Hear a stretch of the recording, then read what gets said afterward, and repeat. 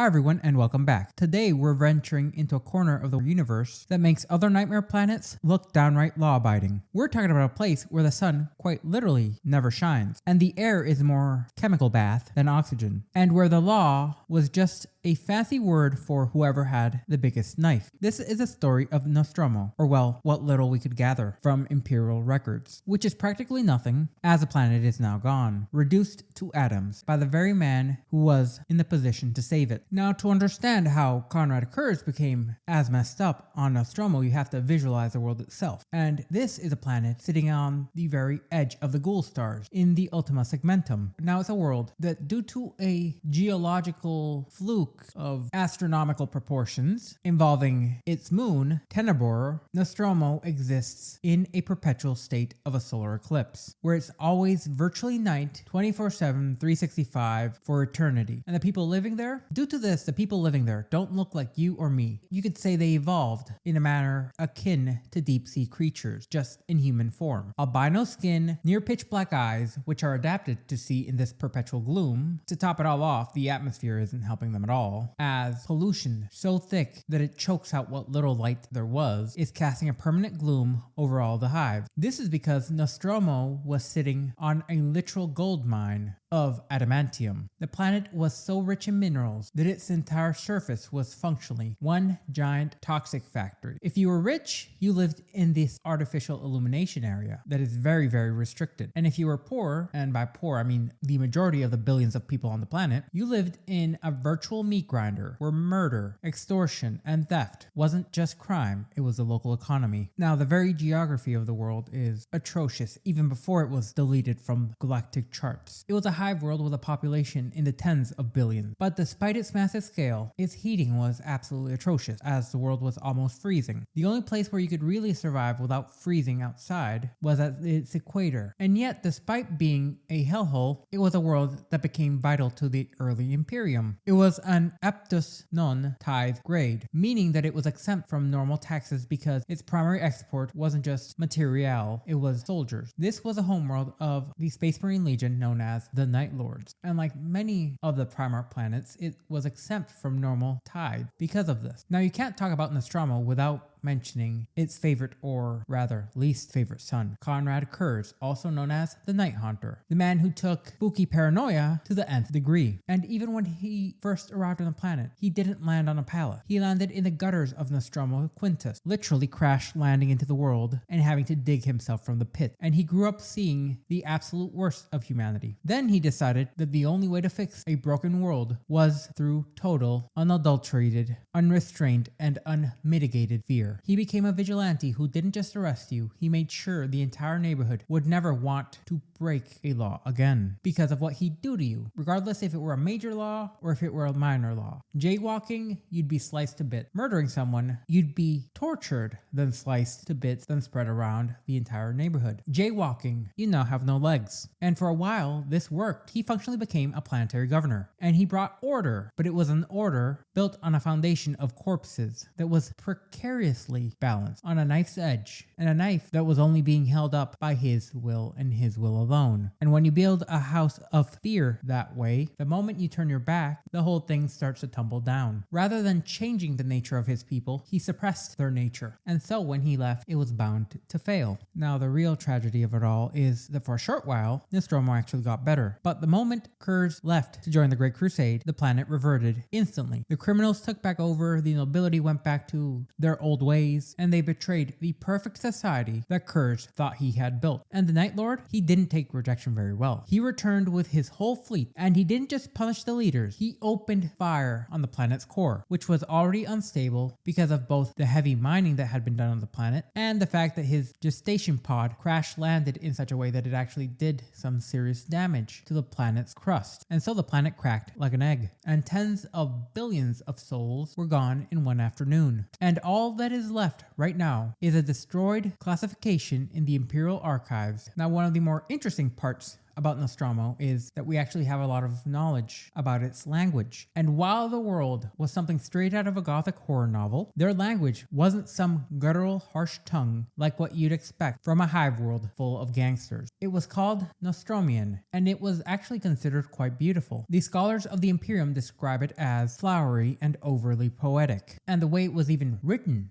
was in a manner mimicking flowing, twisting vines. When you spoke it, it was a dialect that was both delicate and smooth, with a curiously chilling undertone, one that would have book talk going crazy and salivating over every last gangster, and visualizing these corrupt nobles and skin-wearing gang leaders speaking in this grandiose, almost Shakespearean highbrow poetry as a way to feel cultured, all the while stepping and crushing the bodies of what few poor innocents existed on the world, is like a serial killer reciting Hamlet as he dismembers someone. It is that very specific brand of eerie that would eventually make the Night Lords much more unsettling than the average Chaos Marine, since even the language got integrated into the Legion's culture. By the 41st millennium, it became functionally a dead language, kept alive only by the Night Lords and the poor souls they keep as slaves. With that out of the way, we can focus in a little bit more on the details. And Nostramo, while having billions upon billions of people within the world, only had 5 major cities, and they were named Nostramos Prime through Nostramos Quintus, 1 through 5. And these were giant, self-contained industrial lungs, breathing in adamantium and breathing out toxic filth. The sun itself was a dying star, much like the one near Inuit. And even if the clouds weren't constantly covered in smog, the moon, Tenebor, was constantly in the way of the star itself, causing a solar eclipse that made it barely brighter at noon than at midnight. If you were rich, you would be able to live at the very top of the spires, under the dim blue illumination strips that were a luxury on Nostramo. But down below, it was a forest of stone and iron, kilometer-tall smokestacks, bridges of black metal crossing over narrow, wet ravines and alleyways, along with, strangely enough, uncountable scores of very artfully crafted gargoyles. Everything was covered in gargoyles, that even the factories looked like they were cathedrals of misery. While in most hive worlds, the population was kept in check by war or even plague, on Nostramo, it was them taking their preferred self-termination route, or just being off by a local ganger for anything between tying your shoelaces the wrong way to looking at them funny. Melancholy wasn't just a mood, it was a veritable climate, and most people spent their short lives coughing up black dust on a moldering planet. If the lung blight didn't get you, the chemicals would literally eat away at your bones from the inside. You were born in the dark, you worked in the dark, and you died in the dark, never having seen a true, proper ray of natural sunlight. This created a very specific type of person, hardened, cynical, devoid of all hope. And when the Imperium finally showed up, they didn't see a planet that needed saving. They saw a prime recruitment pool for a legion that was already filled with cold-blooded killers. The most ironic part of all of this was that Nostramo was technically wealthy, violently so at that, as the adamantium in its crust made it a major player in the sector. But the wealth never really spread. It just funded a better life for the criminals who would aspire to overthrow the aristocracy, and every so often they would succeed and take their place. But that adamantium wasn't just a blessing or a curse. It was a physical fuel because of how much they eventually mined and the rather weird geology of the planet. Nostramo had a rather volatile and unstable core. It was a veritable powder keg waiting for the lightest of spark. And as we know, Konrad Curze was more than happy to provide the flame. Now, it would be easy to blame the fall of the Night Lords on the warp or on Konrad Curze being, well, Konrad Curze. But that's just a surface level take. If you really look at it, Curze had 2 fathers. One was the Emperor of Mankind, who provided the genetic blueprint and the soul for a hero, a general, or even a demigod. His other father was the world of Nostramo, and Nostramo didn't just raise Curze, it carved its nature into him more than anyone else. The Emperor might have given him life and might have given him a legion, but Nostramo taught him what life was worth. And in the gutters of the planet, life was worth exactly as much as the steel you had in your hand. What the Emperor originally intended for Curze is one of those great what-ifs of history, but what Nostramo did to him is a matter of record, and it is terrifying. Now let's move on from what Nostramo did to the mind of Curze to what Nostramo did to the biology of all those from Nostramo. Because of the lack of light, the human genome on Nostramo did something fascinatingly eerie. pretty. They were mostly baseline humans, that is a fact, but their eyes had no iris, and their eyes were just giant obsidian, nearly soulless pupils. They had lifeless eyes, black eyes, like a doll's eye. Imagine a billion pale, gaunt bodies with empty voids where their eyes should be, prone to dark humor, with a sickly pallor to them, and a callousness that would make anyone from a modern city look like a saint. This wasn't just a cultural thing, but rather a physiological adaptation to a world where hope was a word that didn't even translate well. Every child on Nostramo knew at least one thing before they could even walk. The only law is the law of a knife. Now, we may talk about crime in Nostramo, but referring to what used to happen on Nostramo as merely crime is a misnomer. To have crime, you need law. And on Nostramo, gang's interpretation of what was law was ever shifting, and that was the closest thing to law you actually had. In the factories, you had groups with names like the Iron Overseers. These guys were furnace-scarred monsters with clanking weapons who enforced productivity that was slavery by any other name. In the spires, you had the nobility, and these weren't even honorable lords by the High Lords of Terra's standard. They were just gang leaders who had accumulated enough power to afford better clothing. They dressed like peacocks, obsessed with birthright and blood, well, as much as they could, with their own backgrounds always shifting, but they were just as quick to slit someone's throat personally as any other gutter thug. It was a hierarchy of horror rather than that of perceived honor, where the weak were eaten, sometimes literally, almost to the point that they deserved their own island, the files of which stories from remembrancers who arrived late are considered gut-wrenching, even by imperial standards. They describe a world where the wind itself sounded like it was weeping and pleading for help. This wasn't a civilization. This was a Victorian hunting ground for the world's most dangerous game. This was the world that shaped the 8th Legion. When the Emperor arrived, he took a look at those black-eyed, cynical killers and gave them power armor, but he didn't change their hearts. Curze looked at the planet and saw cancer. He tried to cut it out with fear, but you can't cure cancer by becoming the biggest tumor. Eventually, Curze realized that he couldn't fix Nostramo. He realized that as long as the planet existed, it would keep spitting out monsters like himself and his legion. So he chose the only solution his Nostroman raised mind could conceive: total and complete erasure. He would eventually return to orbit, turn every single last gun of his fleet towards that unstable adamantium-rich core, and fire at will. He didn't just kill a population, he tried to murder his own path. But as the Night Lords proved in the millennia to follow, you can take the Nostromian out of the Night Lords, but you can't take the Night Lords out of Nostramo. And while he might have blown up the planet, he could never truly escape the darkness that was Nostramo. To understand why Konrad Curze would do this, we have to look back into his past. Unlike his brothers, Reboot Guilliman, Lionel Johnson, or even Sanguinius, who were found by kings, noble knights, or even loving, cancer-stricken, almost abhuman nomads, Curze had nothing. He was a feral child in the truest sense of the word. He was but a babe in a world of monsters. But the thing is, despite being merely a child, he was the apex predator. He grew up in an underhive, fending for himself with a mind and body designed for war on a scale unimaginable. He watched the corrupt nobles and decided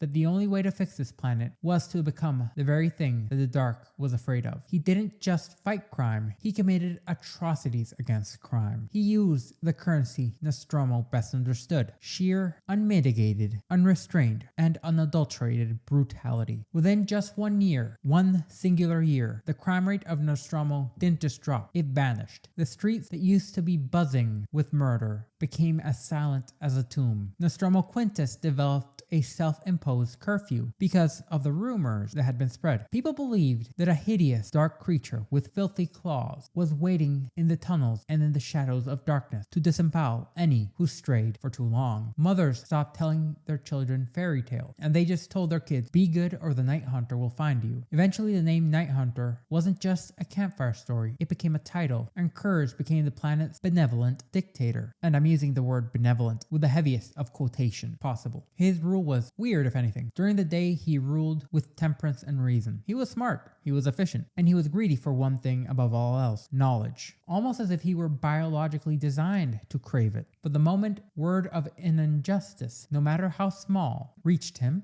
the king disappeared and the haunter came out to play. He would haunt offenders through the empty streets until they collapsed of pure exhaustion, and then he would mutilate them slowly and excruciatingly painfully. Not enough to kill them instantly, and never beyond recognition. He wanted everyone to see exactly what happened to the people who broke his laws. And the baffling part of this all is, it worked. Under his rule, exports of adamantium tripled. Corruption evaporated to absolute zero. People were honest because they were terrified of what would happen if they weren't. Nostramo became truly prosperous, a well-lit and wealthy world. Its society was held together by a shared bank account and a shared nightmare. This all happened rather quickly once the rest of the planet saw what had happened in Quintus. They all fell in line, not because they loved Curze, but because they were desperate to keep him away from their own front doors. But the question that many Imperial scholars have had is if a world with zero crime was worth the price, if living on it meant residing in a state of permanent soul-crushing fear.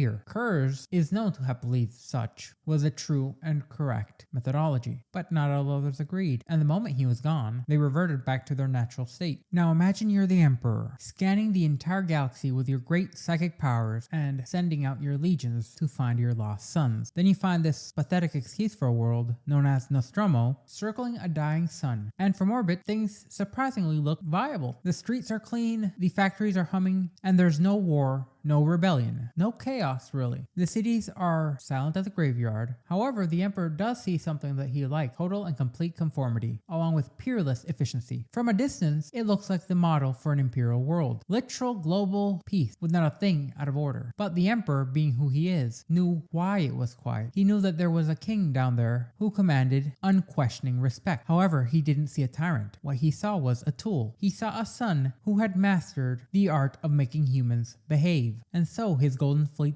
descended through the smog. And when the Emperor finally reached the King of Nostramo, it was not just a father-son reunion. It was a meeting of sun and shadow alike. The Emperor immediately recognized Konrad Curze as one of his own. He didn't judge the piles of flayed corpses or the terror-stricken eyes of the populace, at least not out loud. Instead, he attempts to whisk Curze away to the stars. He was placed under the direct tutelage of Fulgrim, the Primarch of the Emperor's children, a guy who had taken a world which was bereft of culture or resources and elevated them as close to perfection as humankind could get. He was a master of all things art, beauty, and culture. Curze was observed to be a genius, and he absorbed the imperial truth and the complex doctrines of the Astartes with what many Primarchs would note was consummate ease, and he actually went so far as to refer to Terra as a paradise. For the first time in his life, he wasn't sleeping in a gutter or eating the vile sludge that was produced from his underhive, and his body would eventually start to adapt to normal day-night cycles, something no Nostroman had experienced to any substantial degree. And for a brief window of time, it looked like Konrad Curze might actually become one of the heroes the Emperor so desired his sons to be, or at least to be recognized by the Imperium as. He was a spiritual and military leader of an entire legion. He had sons who worshipped the very ground he walked on. He had a father who gave him a purpose. He had everything he could ever wish for. But the thing about the Night Hunter was that you could take the man out of the darkness, but you could never truly take the darkness out of the man. Even while he was learning about justice and civilization from Fulgrim, he remained dour. He had seen the worst of humanity, and in his heart, he didn't truly believe in the imperial truth or that it had the ability to actually change people. He believed that people only behaved when there was a knife to their throat. He was a man who had been taught to lead a planet of sin, and now he had been given a legion of super soldiers to do it on a galactic scale. And so the stage was set. The Night Hunter had his legion and his mandate. Now the galaxy was about to find out that when the Emperor wants to bring compliance to a world, sometimes he sends a saint, sometimes he sends an angel, and sometimes he sends the boogeyman. The saddest part is, it wasn't until Curze heard what was happening on his world after he had left that he truly broke. The second the Night Hunter's ship had left the atmosphere, the people of Nostramo breathed a sigh of relief. For the first time in years, they didn't have to worry about being flayed for a minor infraction. They thought they were free, but the grim reality was that they didn't use their freedom to build a utopia or to be better than they were in the past. Without the absolute terror of the Night Hunter to hold them back, Nostramo slid almost immediately right back into the gutter. Corruption, crime, and gang wars became rampant.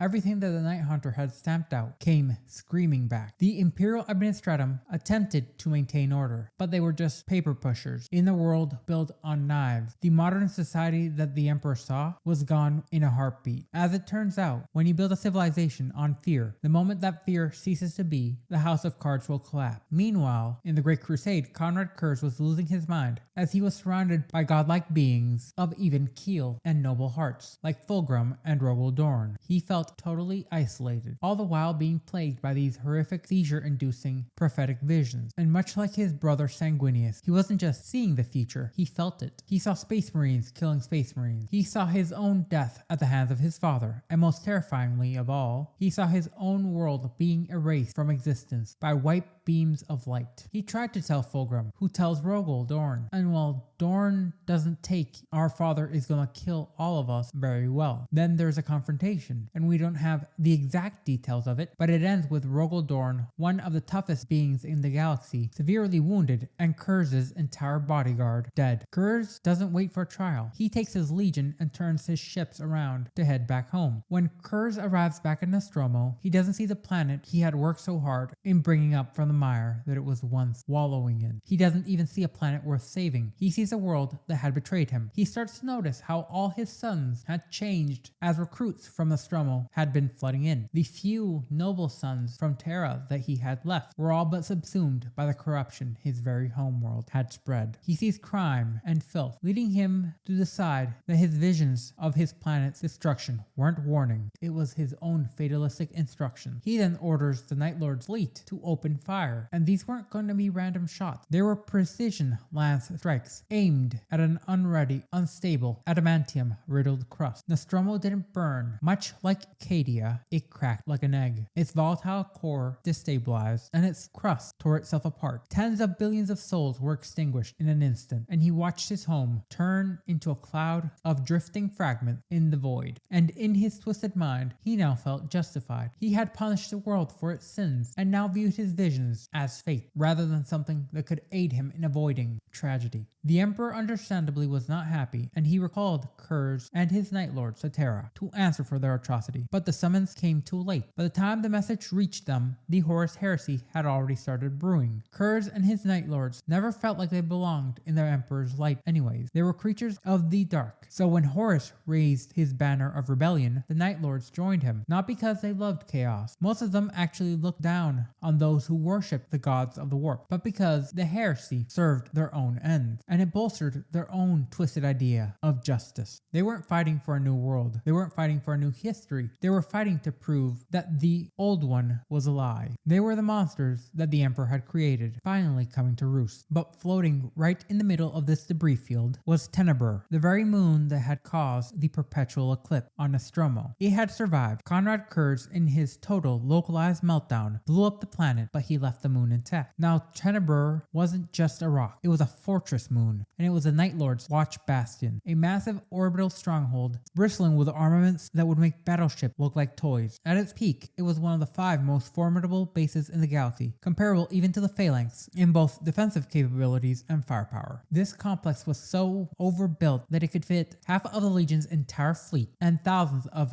regular, non-Space Marine soldiers. It was also coincidentally the crown jewel of the Night Lord's dominion. Flash forward to the end of the Horus Heresy, and the traitors now beaten back from Terra, the Imperium starts to go into cleanup operations in what is called the Great Scouring. Imperial Command looks at the maps and sees Tenebor still sitting there like a loaded lasgun and says, "We need to deal with this problem immediately." And so the Blood Angels, now vengeful towards all traitors who had drastic extent due to their part in the slaying of Sanguinius, are sent to Nostramo to finish what the Night Lords had started, and they arrive expecting a fight. They expect to find a moon-sized fortress full of black-eyed killers waiting for them. They expect to be able to take their pound of flesh and be satisfied. But when they get there, it's eerily quiet. The Blood Angels boarded Tenebor and found not a defensive position, not those who they were going to take their aggression out on, but rather a massive arsenal that was falling apart. The grand hallways were covered in dust. There were a few Legion serfs left behind, that is true, but these barely human slaves were just struggling to keep the lights on, and they were failing as the infrastructure was rotting far faster than it should have been. And the Night Lords, they were gone. Not even a single power-armored soul was in sight. But the Blood Angels found something else. They realized realized that they weren't the first ones to arrive. Someone had already been there. Someone had scoured the system clean of the Night Lord years before the Imperial fleet ever arrived. As it turns out, around the year 011 M31, a group known as the Ashen Claws had swept through. These guys were Black Shield, space marines who had abandoned their legions and gone rogue, doing their own things at the fringes of the galaxy, all throughout the Heresy. And the Ashen Claws didn't come to bring the Imperial truth, justice, or even some chaosy rivalries. They came to scavenge, kill, maim, and destroy. By the time the rightfully vengeful Imperials showed up, the moon had already been picked clean. The Night Lords had been chased out of their own backyard by a warband of outcasts. And that's the final irony of Nostramo. A world that lived in fear of the Night Hunter ended up being destroyed by him, only for its moon to be looted by scavengers, as the Night Lords fled a haunter in the night.